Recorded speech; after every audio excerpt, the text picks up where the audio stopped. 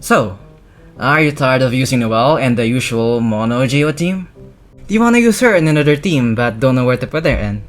Well, let me present to you another option. And that is using Noelle as an on-fielder on a Hyperbloom team. Which does not only requires lesser investment, but also deals a massive amounts of damage. So, let us begin, shall we? Steady as stone. So in this video, I'm gonna compare my highly invested Mono Geo team versus my relatively low investment Hyperbloom team in both single target and AoE.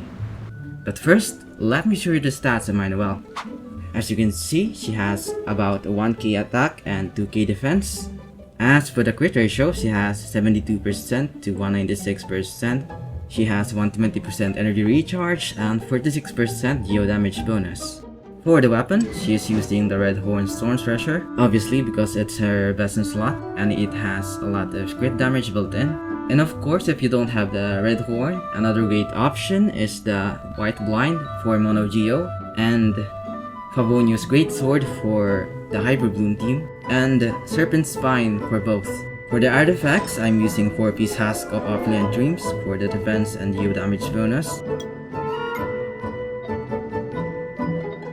Another great option is the 4-piece Bowlight and the 4-piece Gladiator, and for 2-piece sets, you could use 2-piece Petra and 2-piece Husk or any 2-piece sets with attack percent bonus. For the constellations, I have her at C6. Noelle really needs her C6 in order to function properly. I mean, you could use her without C6, but I don't recommend that at all. It's not worth it. And finally, for the talents, I have her at Triple Crown, of course. Because, yeah, I'm a Noelle enjoyer. So yeah, that's it for my Noelle.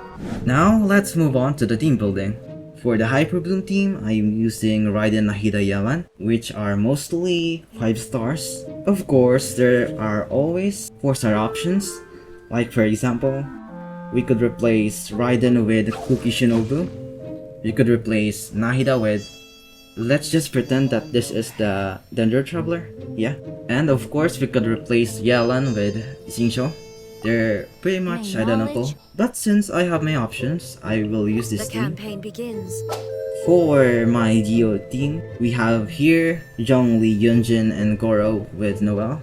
This is not my usual Mono Geo team per se. It's just by the name itself, Mono Geo, so I figured that we should use all Geo. I often use a Mono Geo team with Bennett instead of Zhongli for more damage, and you could also replace YunJin with Fischl. This is mostly for single target though, but in our case, let's just use this team, I guess. So yeah, now that the teams are done, now let us do the damage test. For the single target test, I have tested out both of the teams 5 times on Masanori to make sure that I have more of an accurate representation, and the clips that you're seeing here is the best clear time I have gotten for the both of the teams. So yeah, let's just watch and see who came on top.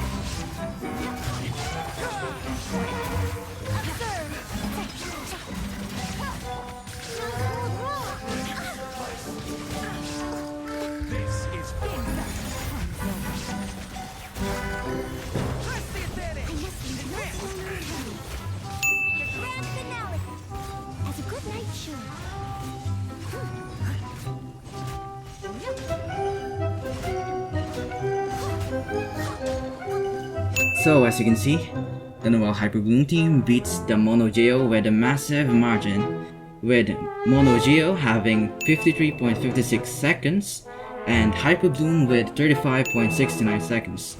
And if we also include the other results from the 5 attempts, Hyperbloom still came on top with Mono Geo averaging for about 53.73 seconds and Hyperbloom with 39.70 seconds. That's a whopping 14.3 seconds difference, which is not that surprising actually, considering that Hyperbloom is specifically made for single target.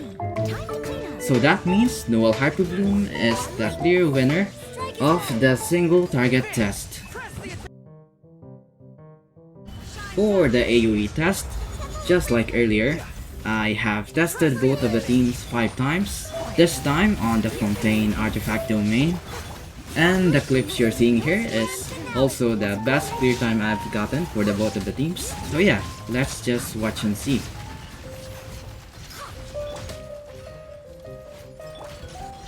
I see everything.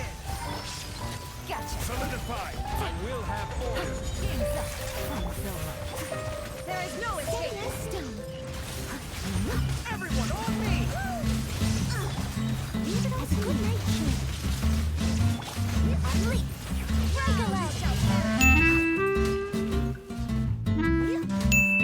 The results are still in Noelle Hyperbloom's favor. The best clear time of Mono Geo is about 46 seconds, and Hyperbloom with 42.80 seconds. And for the 5 attempts, Mono Geo averaged for about 51.11 seconds, meanwhile Hyperbloom with 55.07 seconds. Unlike the single target test, the Hyperbloom team is not that ahead compared to the Mono Geo team, with only 3.97 seconds difference. So, in conclusion, Noelle Hyperbloom beated Mono Geo once again, with the score of 0 and 2, highly in favor of Noelle Hyperbloom, which makes Noelle Hyperbloom the clear winner of this damage test. So in the end, we have proven that you don't really need to invest that much time and resources in building a team. You could just build a team that works and requires a more digestible amount of resources and time, like this Hyperbloom team for example. But still, that doesn't mean that vertical investment is a bad choice. Well, if that's what you want, you could always go ahead and do that. But the point is, if you don't have the option and the right characters to build Mono Geo as effectively, well, you could always go for another option like this team. So yeah, what do you think? Will you still use Mono Geo team? Or will you instead go with the Hyperbloom team? Please leave that in the comments. So that is it for this video. Please leave a like and subscribe if you enjoy. And if you have any build ideas, please leave it in the comments. Or also check out my other videos over here. Thanks for watching and see you again in the next video. John, Beautiful made wood.